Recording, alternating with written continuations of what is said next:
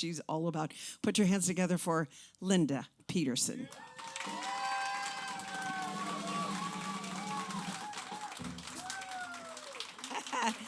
Go get situated, my sis. Do a couple. Now, I want to know a little bit about this first one that you're going to do.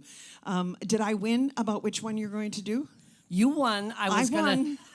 gonna do a Miles Davis song called "4" that I stole Anita O'Day's words to, but it got overruled by this original of mine.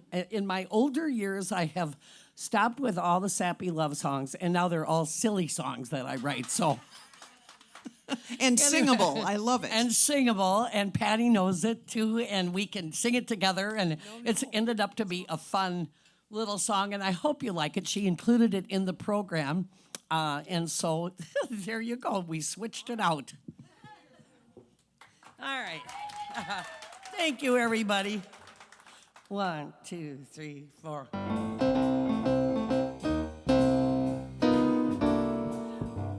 Meter's running up in the taxi, and you're stuck in the back seat. The driver can't move, so you might as well groove. 'Cause baby, you got to be somewhere.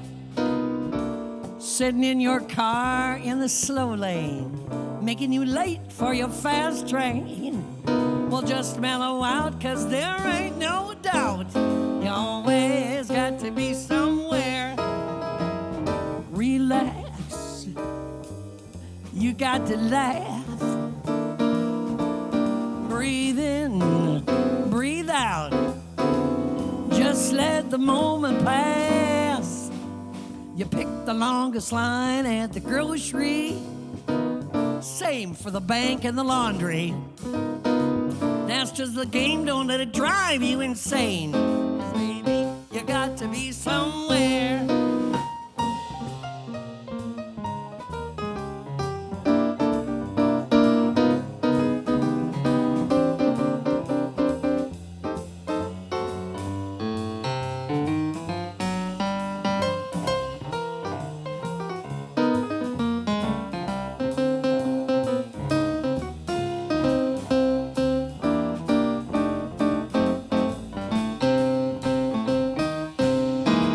Take a little bit of this.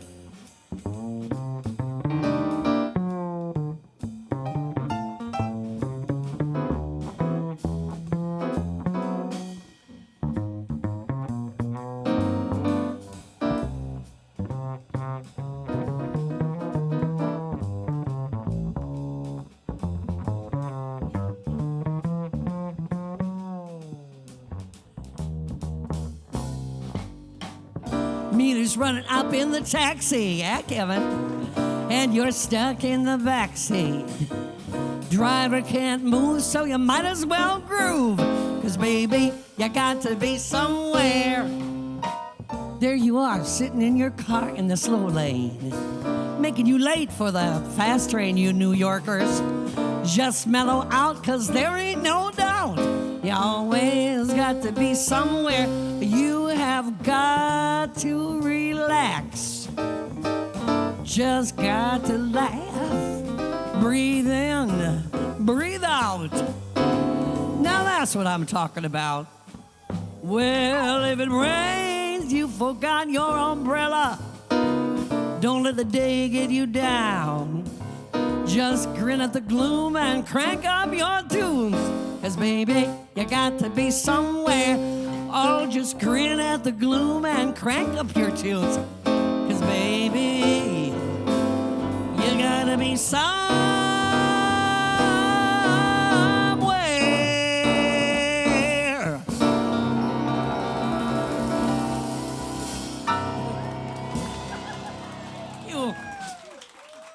Thank you, everybody. What about this band here? They never saw this song till today. I know, I love it. All right. Here's one that I just love, and I don't even know where I got it. It was a favorite. I go to Palm Springs and work every year, and it was one of my friends' favorites, and they said, you have to learn this. So he gave me the sheet music, and I know it was written by a woman named Francesca Blumenthal, and it's a pretty little song called The Lies of Handsome Men. Ooh.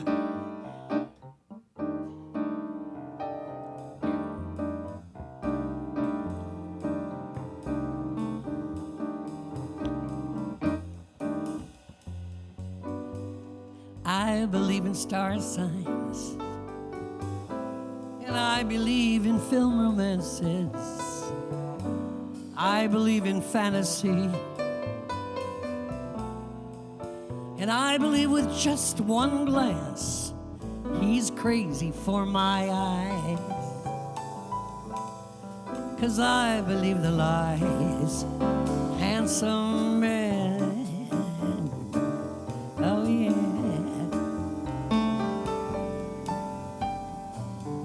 Now I believe in witchcraft, and I believe in Cinderella. I believe in gypsies,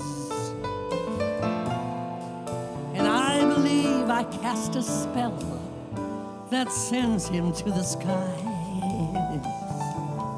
'Cause I believe the lies of handsome men.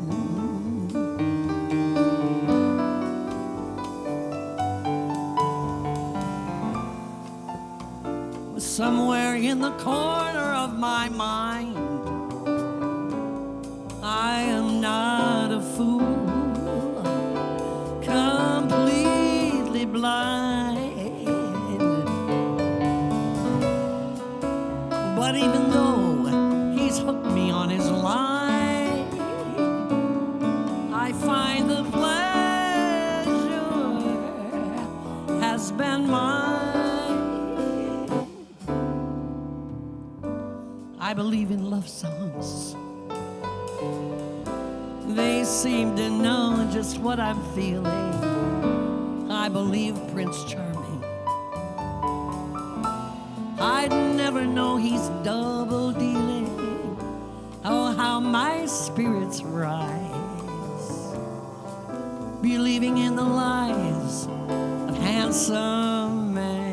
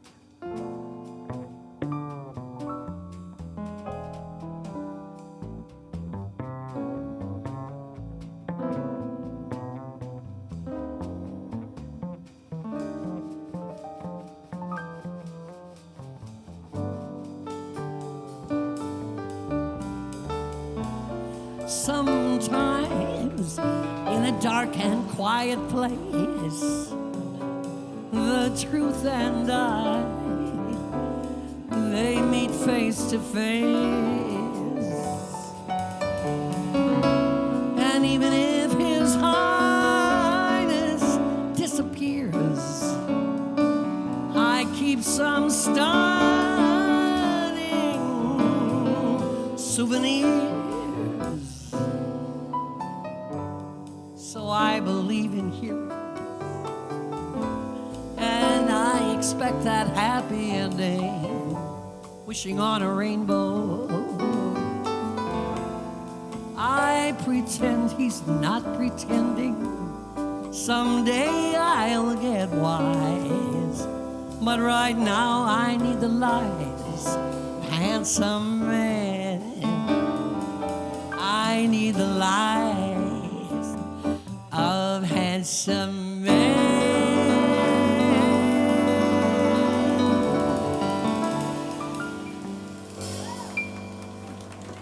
Thank you. A lot of handsome men around here, right? Turn around, sis. Let's talk just a little bit. All right. Thank you, everybody. We have just a little bit left in this show, and then Mick Sterling has got a great show in here starting a little after 6. So we're just going to get to know Linda a little bit, and then you promised me you're going to listen to our radio documentary coming up in June, right? Minnesota Jazz Legends. First of all, thank you for doing this. My honor and my pleasure, and thank you for asking me. It really is. Absolutely. This is our home. The Petersons call this home. As much traveling as we've all done, this is home. I still own the same house I bought in 1980, where I raised my kids, and this is home. So something that people don't know about you is that when you were a teeny tiny little girl, 2 or 3, our folks were the staff musicians and singer at WCCO Radio before any of the canned music came in. How old were you when you started singing on the radio? 2.5. Can you imagine? Yep. What was the song? Buttons and bows. Buttons and bows. Is east and west. Oh, how cute is that? I just can't imagine, Mother, the painstaking time it must have taken her to teach a 2-year-old a song like that. It's a hard song. But we got to tell a story, and that's Mom would plunk a piano note, and the minute we could stand up here, she'd plunk the piano note and go, "Sing this note," and If we could match the tone. and then we were in. So anyway, and then Mother says Dad had me playing chords on the piano when I was 3. no way. So That's I so mean, much it's a fun. I didn't legacy. even know that. Yeah. Yeah, but you kind of didn't get into the music industry until what, early 20s? Right. Right. Just after I had Jason, I worked at Richfield Bank, would you believe? But my fun after school, Dad and Mother had what the musician call fake books. They're now called real books, but in those days they were called fake books, right? And they were always chauvinists that they were written in the male keys. So I'd come home from school, and my fun after school would be to sit at Mom and Dad's piano and try to plunk out these tunes and try to sing them, because I'd learned to sight read in choir and, taking piano at Holy Angels and stuff, but nothing was ever in the female keys. Right. So, well, I penned a little book of 25 standards in girl singer keys so she could say, here, piano player, now you can.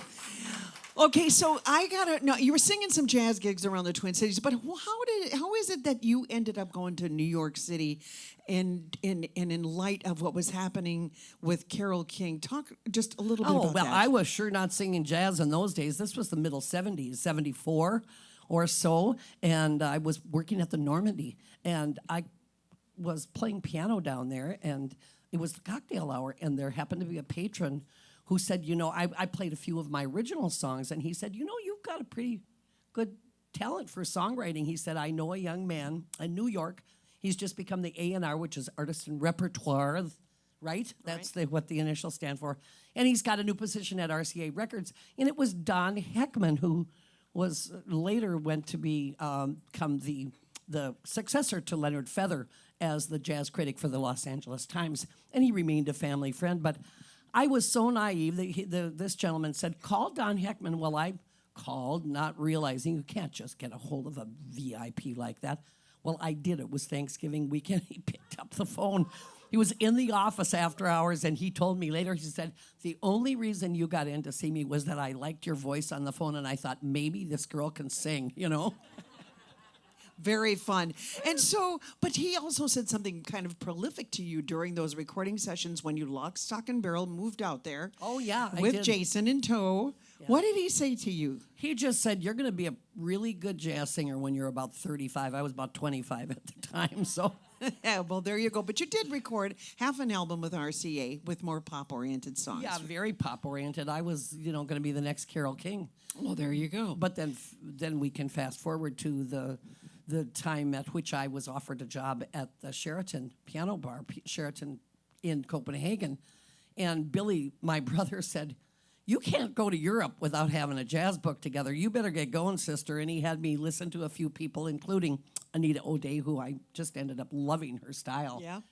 But anyway, then segue to our Copenhagen years when we went over there, and my kids went to international school over there. That kind of that topic is, I know you were asking, what would you tell a young performer? Right. Now, I mean, there's a lot good, more good than not good in being a musician. No, you're probably not going to get rich unless you get a recording contract, which I had at RCA Records, but just timing was off, and it didn't last, and they kind of cleaned house in those days, and everybody got fired, and all the new acts got dropped, and so I still had a fabulous experience. And you talk about youth being wasted on the young. They put me up at the Algonquin Hotel, and the guys, when they came out, they flew Billy and Bobby, our cousin Bobby Peterson, and Mike Elliott, who was a star guitar player from here back in the day. But they put us up at the Algonquin Hotel, and I remember calling Mother and saying, Mom, there's something weird on my salad. It's like mold. I was blue cheese dressing. Oh, that's funny, Linda. Wow. Okay. So I mean, yeah. Let's be honest here. I mean, I think Don Heckman used to just get the biggest kick out of me. I was not really, because I was a city girl. I thought I was kind of smart, But he was a New Yorker, and he thought, oh, this little country bumpkin or whatever, Oh, that is so cute. But you came back, you had Vanessa, you lived here, and then you've started working out of here, whether it was Florida and now Palm Springs or back in Europe so many times. But you have created more and more music. You've penned a lot of songs. You're a Minnesota Music Award winner for your writing, for your jazz albums, and you're also inducted into the Minnesota Music Hall of Fame. Along with our beautiful family. We're so blessed and so honored by that. Now, you and I are going to join each other in studio coming up very soon, and we will probably be at the station for 3 hours talking. But at any rate, much to talk about, when you were in Copenhagen, you came up with a title of a song that I would love for you to do for everybody right now, and you're going to call a couple people up, I think. Oh, I am. My brother Billy, who was there, he is my story in Copenhagen. He was in Paris doing a CD or a touring date, I think, with Ben Sidran. And Bob Rockwell, who you might remember from here, he used to live in Minneapolis, great tenor player, moved to Copenhagen many years ago and kind of beat us over there. This is 1985 when I was going to go. And he assembled a recording session for me because I had this title in mind for doing a record, and Billy took the Viking Nord Express from Paris to Copenhagen. The sessions were in place, and Billy produced this whole Too Late to Leave Early CD for me. And so the name of the song is? Too Late to Leave Early. That's right. Thank you. Then, I'm not done. Then I just have to tell one more part of my story. Okay. My little tiny boy, Jason, was 15 at the time, over there going to international school, and his saxophone hero was Bob Rockwell, who I just mentioned. He learned the solo from this record Billy and I did, note by note. So we're inviting Jason up to join us on this as well. So Brother Billy, without you, I would not have this record. And Jason, you have come into your own. Currently touring with Michael Bolton, so he's hit all the world stages. He's beat his mother out on that. We're going to come back after this song, and all of us are going to do a song together. Don't go anywhere. We're going to be, Mick we'll hurry. Anyway, do this song. What were you going to say? Oh, I was going to say, that was 40 years ago, and I've forgotten it, but... No, you haven't. All right, you guys, this is too much fun. 1, 2, 1, 2, 3, 4.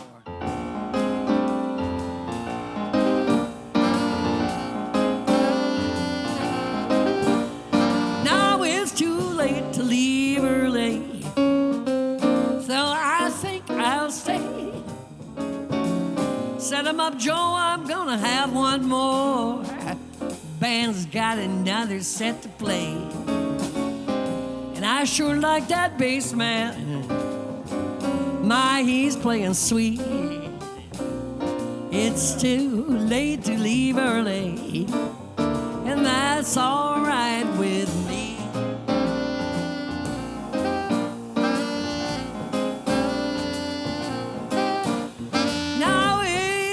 Too late to leave early, so let the music start. Play it again, Sam, 'cause I love the jam, and I have got a party heart. You know I can't miss a good time.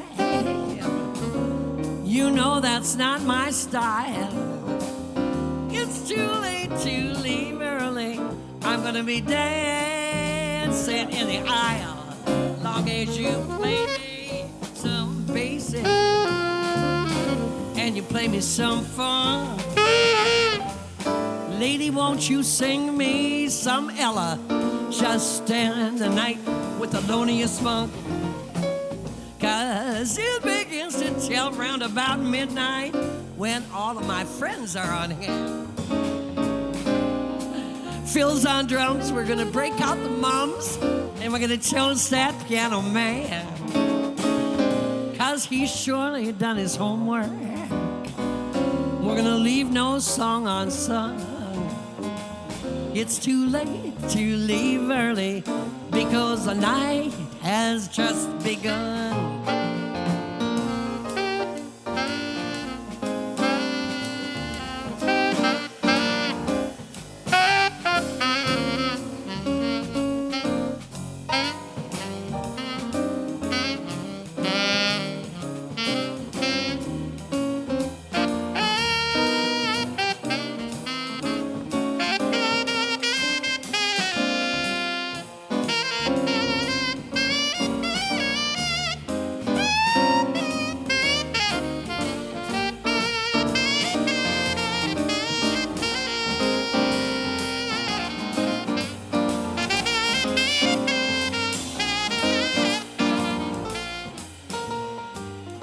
Jason.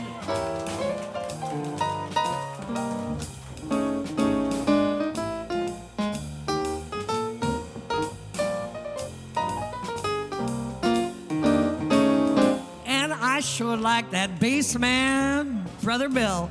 My, he's playing sweet. And it's too late to leave early. Lord, you might find me dancing in the street. Long as you play me some bassy and you play me some fun. Lady, won't you sing me a little Sarah Bond just in the night with Mark? 'Cause it begins to tell round about midnight when all of my friends are on hand. Phil, he's on drums, gonna break out the mums. We're gonna toast that piano man. 'Cause he's sure done his homework. We're gonna leave no song unsung. It's too late to leave early, 'cause the night has just begun. You know this night has just begun here at Crooners. Best place to play in this town. The night has just begun. The night has just begun.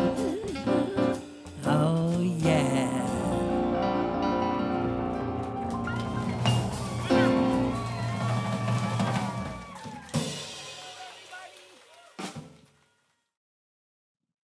On behalf of Jazz 88, Linda, Minnesota jazz legend. Thank you. Yeah, definitely. Woo. I want to call everybody up here who's been Ollie back on bass and